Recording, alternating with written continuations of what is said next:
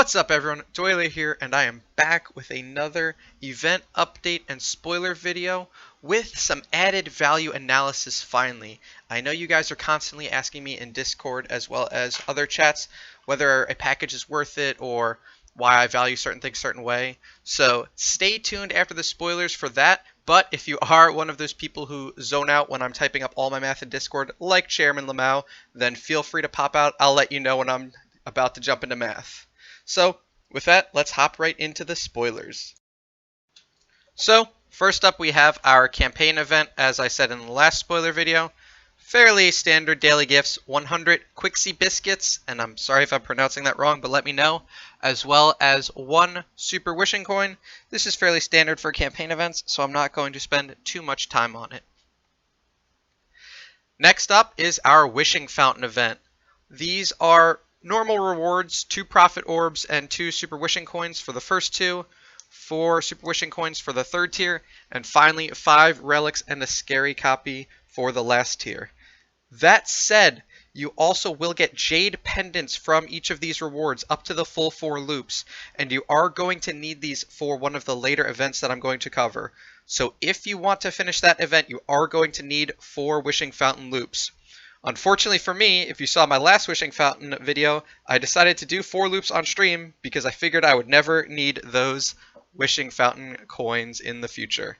So save up if you've got them now, or possibly start buying them from Aspen, CI, Market, and possibly from the value packs. Next up, we have another mysterious chest event. This graphic is actually perfect because it is actually the order I rank the priority of buying these chests in. Even outside of this event, the 500 and 1500 gem chests are an incredible value. This is the cheapest place to get both profit orbs as well as heroic scrolls, so you should always be buying these.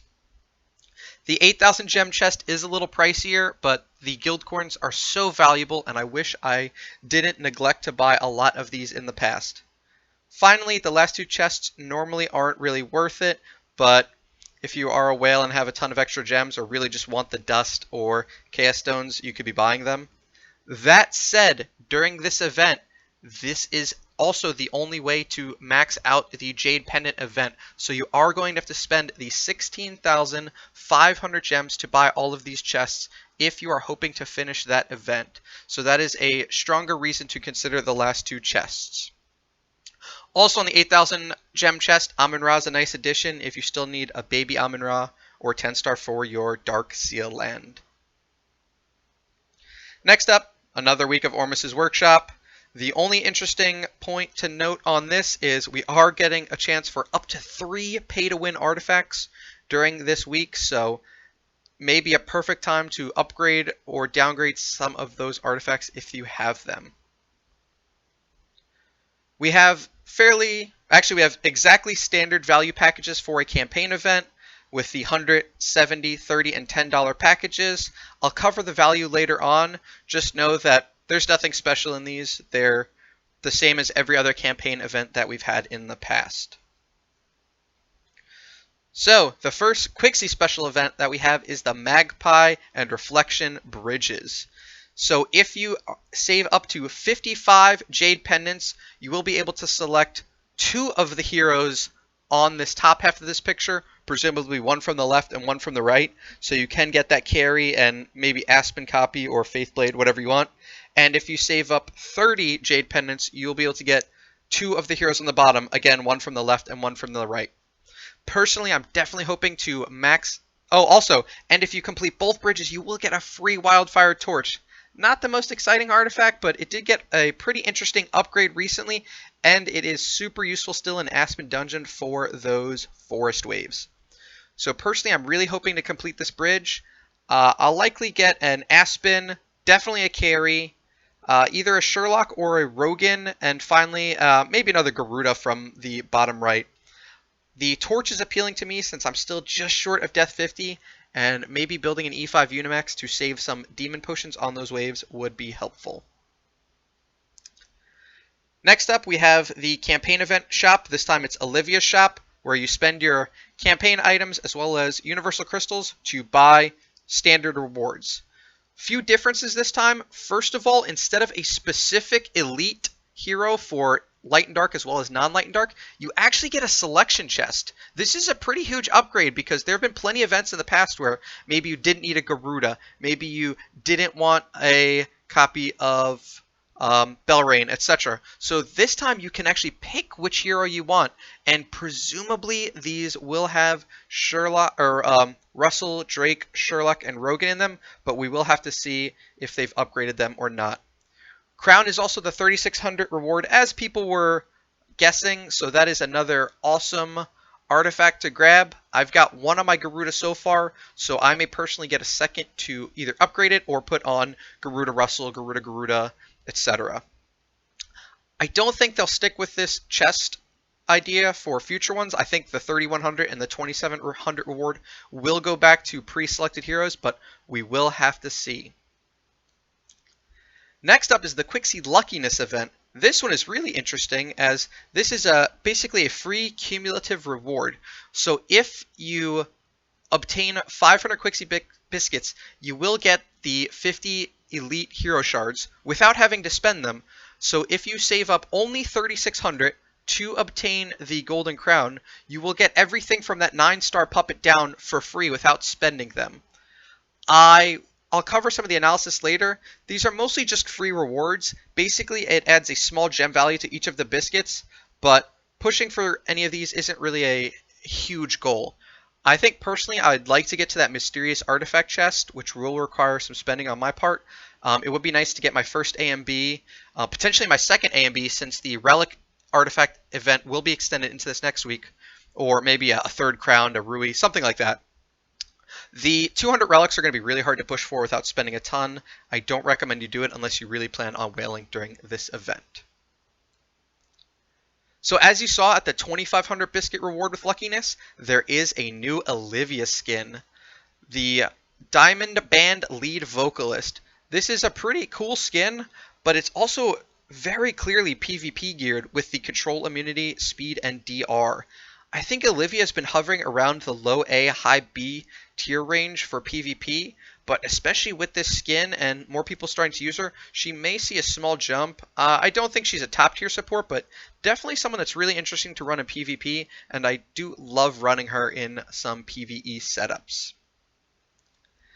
Next up, we finally have a skin replacement, not regression event. So the way this works is you spend the gem value on the right to replace the type of skin on the left with a random different skin of the same rarity. So if you upgraded a skin, say for example on the Cheddar account, I have a legendary Red Lotus skin on my Sigmund. I can pay 500 gems to get a random different legendary non-festival skin. This is really going to be just another gambling feature if you have a ton of gems. That said, if you have legendary skins for heroes you don't use, it may be worth spinning them once or twice, seeing if you can get a legendary skin.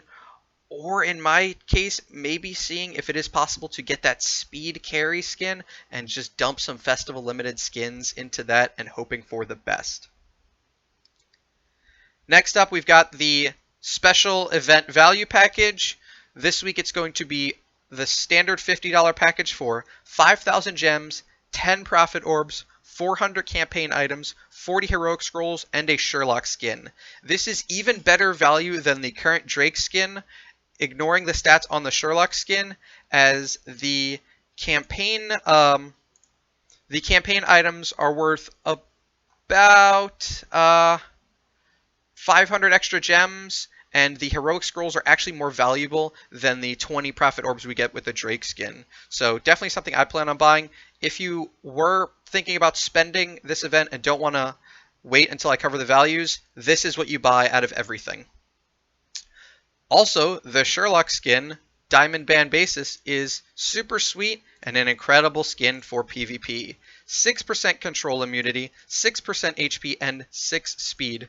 For comparison, the Royal Guard skin has 5% HP and 4 speed. So this one is going to outspeed those Royal Guard Sherlocks, which I just upgraded to Legendary, as well as having a little bit of control immunity instead of attack. So definitely look for this if you have a Sherlock. I don't know if I will I guess I will have to use this one as I only have one Sherlock, but it is unfortunate having that Royal Guard skin. Maybe I will try and use that in the replacement functionality. Finally, for the spoilers and updates, the Voidgate is coming. So I will cover the actual spoiler text in a second, but this is the new PvE mode that they have been teasing and covering. Before that, I just wanted to briefly touch on the event Q&A.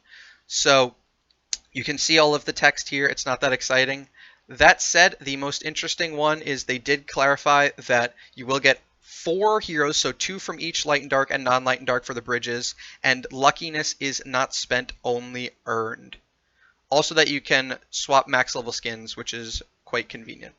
Oh, and universal crystals will count towards Qixi luckiness, so don't worry about that if you plan on spending a lot of crystals to get that crown. So, finally, the Voidgate spoilers. I don't want to go through all of these. I trust that you can read. If not, reach out to me and I will read them for you. That said, the most interesting part is talking about Xia and how you actually will upgrade your existing Xias to Space-Time Xia. So while it is a different hero, you are going to need an existing copy to get the new faction hero. Unfortunately, if you're not like me, you've fed off all of your Xia copies, so maybe save some relics, shards, or just sort of plan on not having her quite yet. That said, you can enter the Void Dungeon and the Void Gate with any E5 hero, so you're not going to need the Xia yet. So that is it for my spoilers and updates. Now I'm about to hop into the value analysis portion, so if you are bored by math, feel free to leave now, but please leave a like and subscribe if you appreciate the content, and me warning you what's about to happen. So if you stuck around, just know that it is math time and that I appreciate you. That said, let me know in the comments if you want to see sort of separate value analysis videos like this in their entirety, as well as if you want me to eventually release some of these spreadsheets and data and things like that. So, first of all, a quick breakdown of the campaign event token to gem conversion. So, the gem conversion for each campaign item is 1.25 gems per item. Why? Because a heroic scroll is 100 items and is worth 125 gems. If you're not valuing a heroic scrolls at 125 gems, I don't know what's wrong with you. That's what the game values them at. So, a few quick notes on this. As you can see, a pay-to-win artifact is worth roughly 4,500 gems, which I think is fairly reasonable, and also shows why I'm hesitant to spend 400 relics on one, as 400 relics is worth roughly 20,000 gems, so it is a huge price increase. I still may do it, but just keep that in mind. Another quick thing to note is, as you can see, Prophet Orbs are an incredible value from this. Normally they would cost 450 gems each, but during a campaign event, they're actually only 375 gems. This is the reason people are always telling you to spend your campaign items on Prophet Orbs if you cannot get any higher. As far as the hero shards, these are where we're actually going to get values from. So this is how I convert the relics to gems as far as value is concerned. So based on our 1.25 modifier, we know that an elite light or dark hero is worth 3,875 gems, which means that each of those 80 relics is actually worth 48 gems. So in the end, a relic is worth about 52 gems, and that's sort of the basis for a lot of other conversions that I will use when I'm dumping math in my videos or on Discord on you guys. Finally, don't ever spend your campaign items on the limited skin or the non-elite heroes. They're just not worth it. Either save up and try and get some of the top 3 rewards, or just drop down to Prophet Orbs and buy those. Next up, we have the Luckiness Value. I was curious to see if the additional biscuits for the luckiness tiers were worth anything, so I calculated out the gem values of each of the rewards as well as how much luckiness they cost. And in the end, this event adds about 2 gems per biscuit. So normally they're worth about 1.25. This makes them a lot more valuable, but not something I plan on focusing on, as it is a different event, etc. That said, if you are able to push for the next tier, keep this in mind, as the difference between getting that 10-star puppet and the artifact selection chest is another 4,500 gems worth of value, and so on. So I also wanted to break down a wishing fountain loop in general. I'm not going to cover each tier, just a full loop, just so you have an idea of whether or not these events are worth it, ignoring the rewards you get from the spins. So for each loop of a wishing fountain event, you'll earn, during this event, 7,840 gems worth of value. So that comes from what we're valuing Jade Pendants at, which I will cover in a second, Profit Orbs, Wishing Coins, Relics, and considering Scary as food, as even Barry now knows he really is. So the cost of an entire Wishing Fountain loop is 6,000 gems if you're buying your Wishing Coins for 25 gems each, and you are doing the 10x spin for 8 coins. So in the end, for each Wishing Fountain loop, you actually profit 1,840 gems worth of value, plus all of the rewards you get from the actual spins themselves. So definitely use Wishing Coins during these events. They are definitely worth it, and you will get those Jade Pendants, which are going to be required for this next event.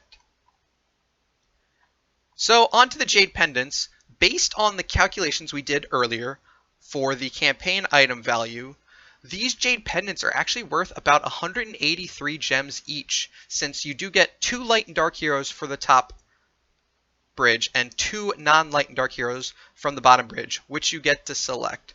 So this is just good to know as far as valuing the packages, as well as whether or not you want to push for multiple Wishing Fountain loops, which I included in that previous value. So time to get to the value of the packages and whether or not they are worth it. The first one is the special event package, the Qixi package. As I said earlier in the video, this is actually slightly better value than the Drake package, and I'll tell you how much. So for $49.99, you'll get roughly 16,875 gems. This gives a gem per dollar value of 337, which is definitely higher than most events and is going to be much higher than any of the values you can get from the value packages. So if you are planning on spending during this event, this is the package you'll want to get. For a comparison, $100 during Orb event is worth about 200 gems per dollar. 100 scrolls during a scroll event is about 260. And a VIP senior card is worth about 800. So it's about half the value of a senior card, but far better than a lot of standard weekly events and things like that. It's better than the Russell Crystal package by a little bit, and so on. Finally, we've got the value packages. Nothing special during this event. This is the same gem per dollar as every other campaign event we've had in, at least in recent history. So in order of value, you're looking at your $100 package, then your $30 package, then your $70 package, and then your $10 package. Personally, I think I will need 4 of the top package if I do want to max out the Wishing Fountain event, as well as get pretty far in the campaign event, but it'll really depend on how much you plan on spending and what your goals are for this event. So that's it for this value analysis. It did run about 6.5 minutes, so I can make these their own video if you would like. So let me know in the comments if you like this or if you want any more information on how I value items in the game. And be sure to like and subscribe if you like the content, and I will catch you guys tomorrow.